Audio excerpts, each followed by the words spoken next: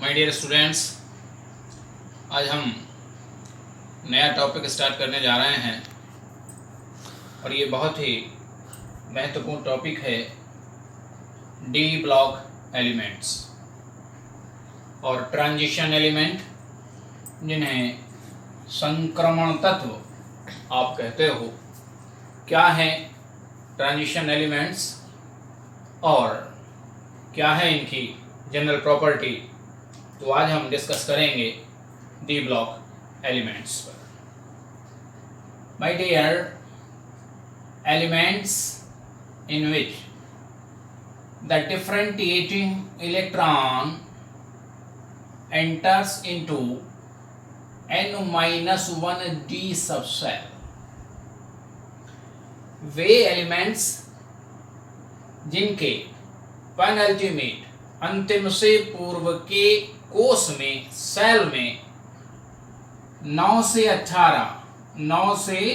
18 electron होते हैं और differentiating electron, it means highest energy electron enter into n-1 d orbitals, अंतिम से पूर्व के कोष के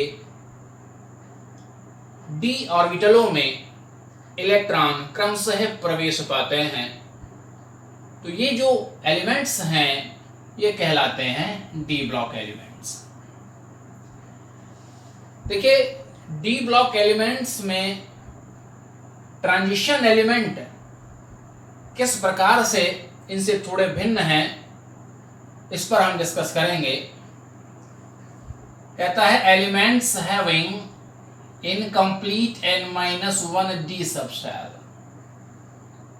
are known as transition element, यानी वो एलिमेंट्स जिनमें n-1d ऑर्बिटल्स इनकम्प्लीट होते हैं, उन एलिमेंट्स को हम कहते हैं ट्रांजिशन एलिमेंट्स, यानी कि संक्रमण तत्व।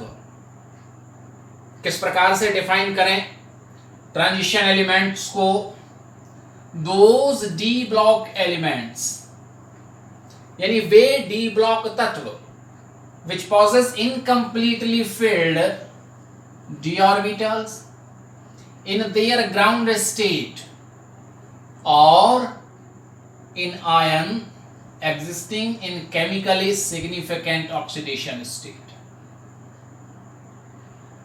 वे डी ब्लॉक तत्व जिनमें n-1d ऑर्बिटल इनकम्प्लीट होते हैं, अपूर्ण होते हैं, उनकी ग्राउंड स्टेट यानी कि आद्यावस्था में, या फिर उनके किसी आयन, जब वह कोई वेरिएबल ऑक्सीडेशन स्टेट शो कर रहा है, तो उस आयन में n-1d ऑर्बिटल इनकम्प्लीट हो जाए, तो वो डी ब्लॉक एलिमेंट्स कहलाते हैं ट्रांजिशन एलिमेंट।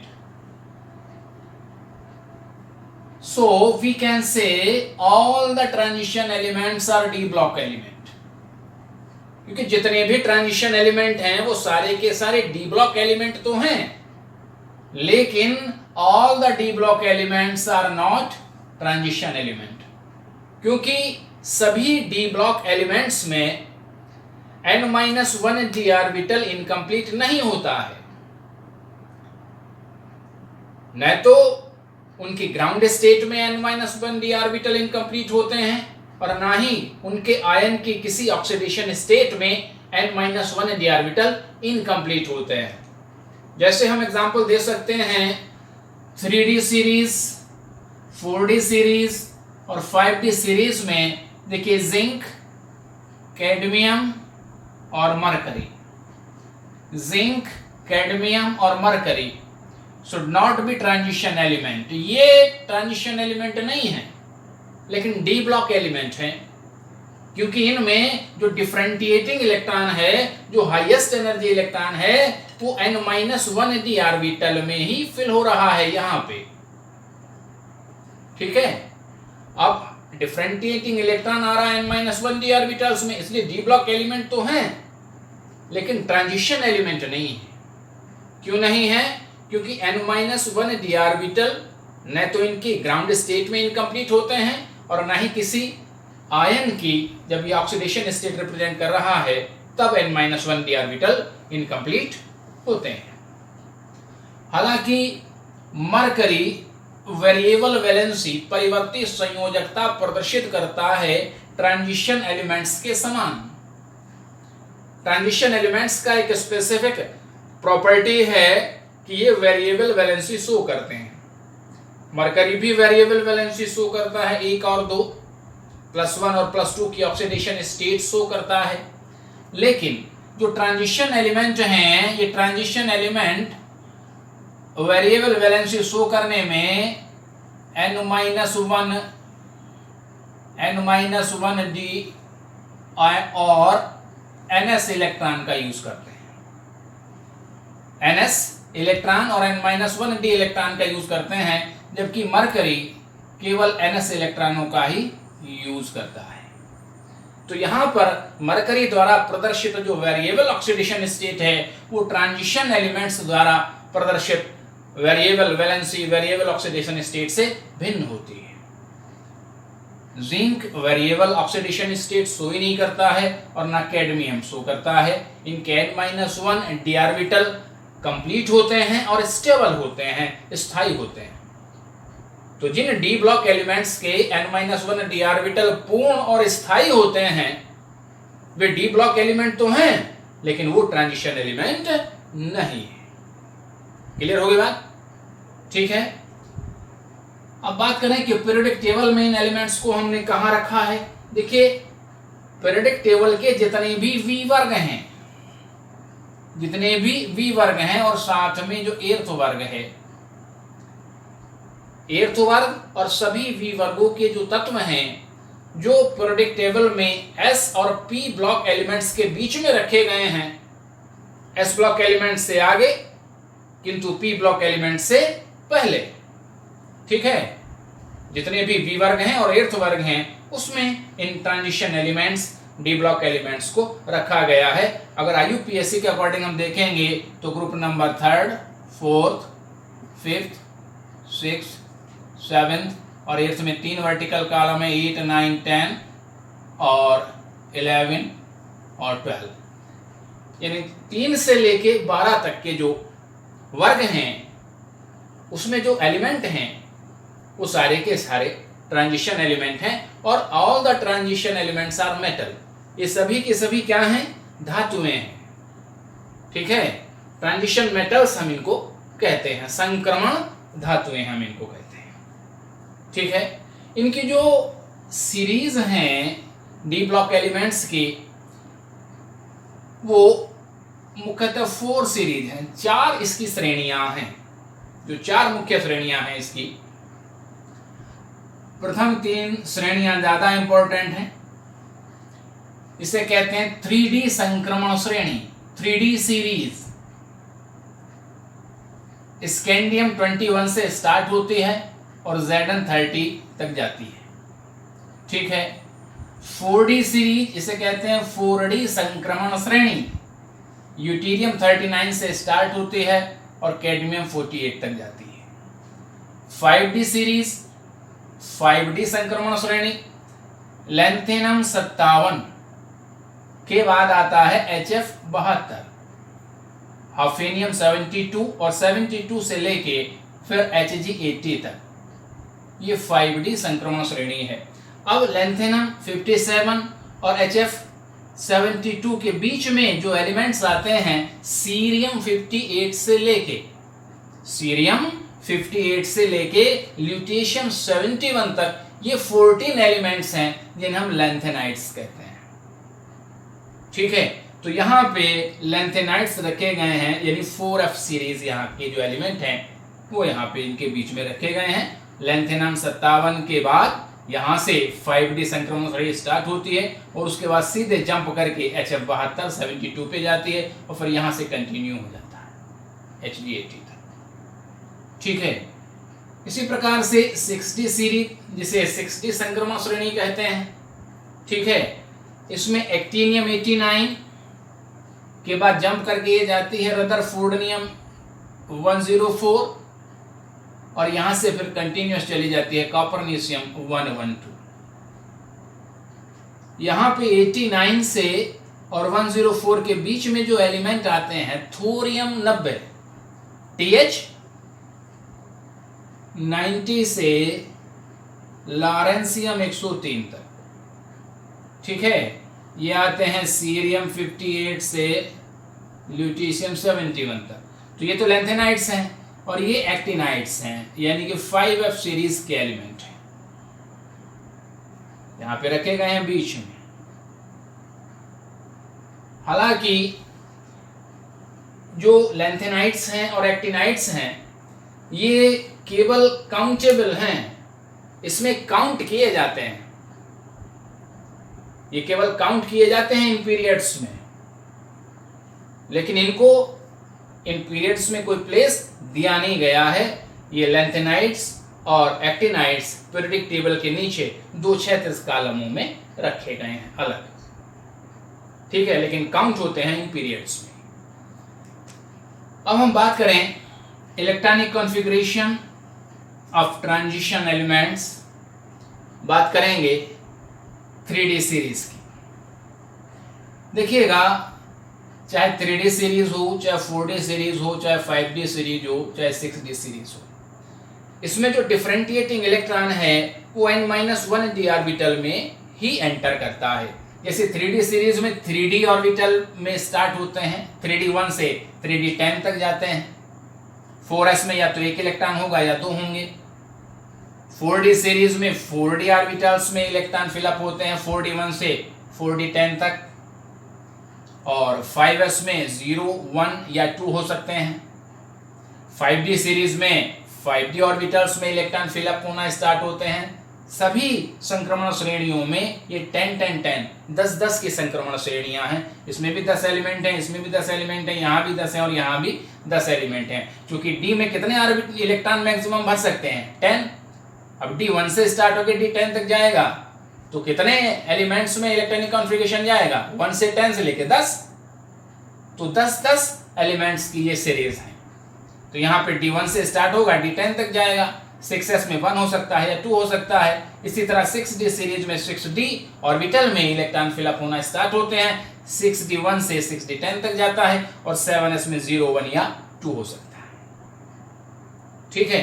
तो इनका जो लास्ट 2 सेल होते हैं, लास्ट 2 सेल का जो जनरल इलेक्ट्रॉनिक कॉन्फ़िगरेशन होता है वो लास्ट सेल का तो होता है NS1 और NS2। कई रेयर केस में NS0 भी होता है, ठीक है। जैसे कि यहां पे आप देख सकते हैं PD यहां पे आ गया, 5s0 है, ठीक है। और जो n-1 सेल है, अंतिम से पूर्व का सेल है, उसका इलेक्ट्रॉनिक कॉन्फ़िगरेशन होता है n-1s2 p6 d1 to 10, यानी D में 1 से लेके 10 तक इलेक्ट्रॉन हो सकते हैं। 1 से स्टार्ट होते हैं और 10 तक जाते हैं, ठीक है। अब थोड़ा सा इलेक्ट्रॉनिक कॉन्फ़िगरेशन देख लेते हैं। स्कैंडियम से स्टार्ट हो रहा है 3D series. Scandium, titanium, vanadium, chromium, manganese, iron, cobalt, nickel, copper और जिंक, ठीक है। 21, 22, 23, 24, 25, 26, 27, 28, 29 और 30 ये एटॉमिक नंबर्स हो गए।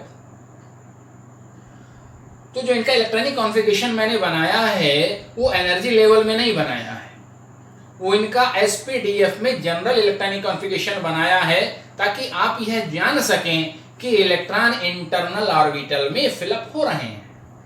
कैसे? जैसे स्कैंडियम 21 का इलेक्ट्रॉनिक कॉन्फ़िगरेशन आप देखें, 1s2, 2s2, 2p6, 3s2, 3p6, 4s2, 3d1।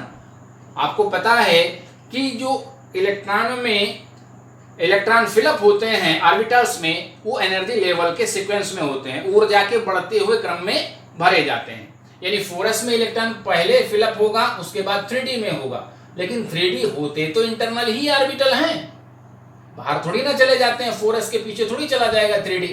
4s क्या है? ये 4th सेल में है, 3d कहाँ है? 3rd सेल में है।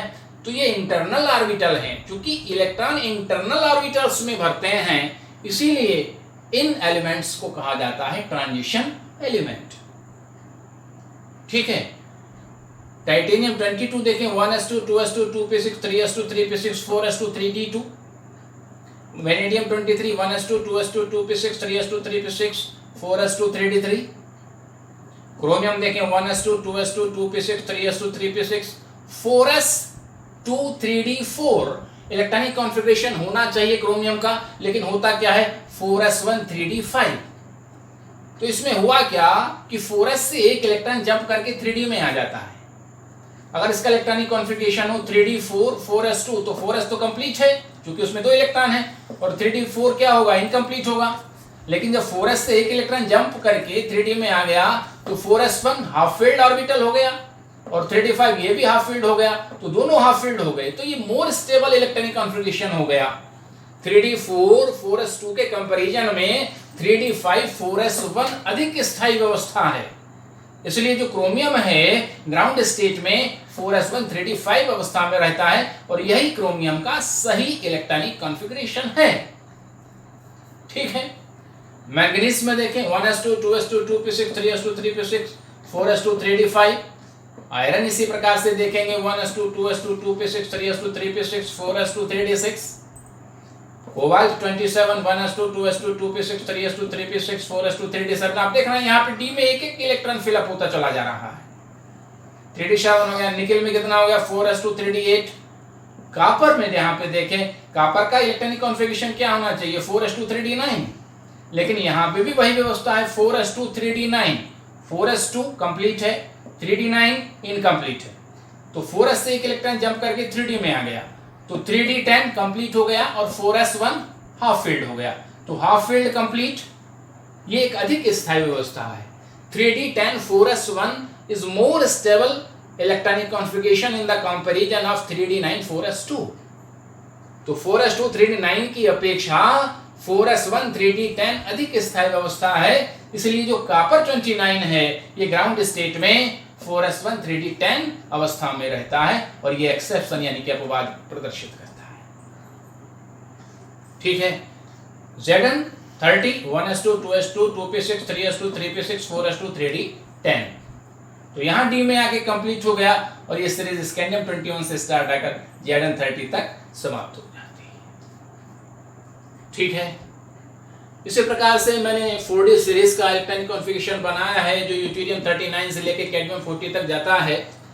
तो यहाँ पे मैंने सिंबल क्रिप्टन लिखा है, तो क्रिप्टन यहाँ 1s2 2s2 2p6 3s2 3p6 3d10 4s2 4p6 तक का इलेक्ट्रॉनिक कॉन्फ़िगरेशन Kr रिप्रेजेंट कर रहा है और उससे आगे का मैंने शॉर्ट में लिखा है। ठीक है।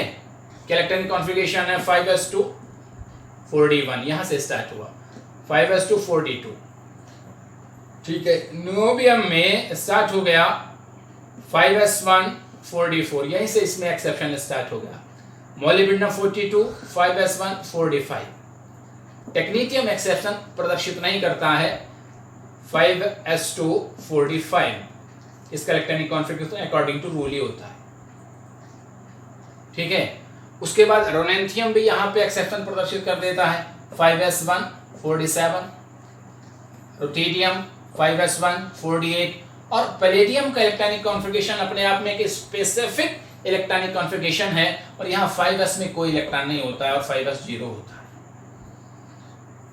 अब यहाँ पे हम इसमें इलेक्ट्रॉनिक कॉन्फ़िगरेशन में प्रदर्शित भी करते हैं 5s 0, क्योंकि ये 5th ऑर्बिट जो है पीरियड में है, 5th पीरियड में है, क्योंकि जो मेन प्रिंसिपल क्वांटम नंबर होता है किसी भी एलिमेंट का वो उसका पीरियड होता है।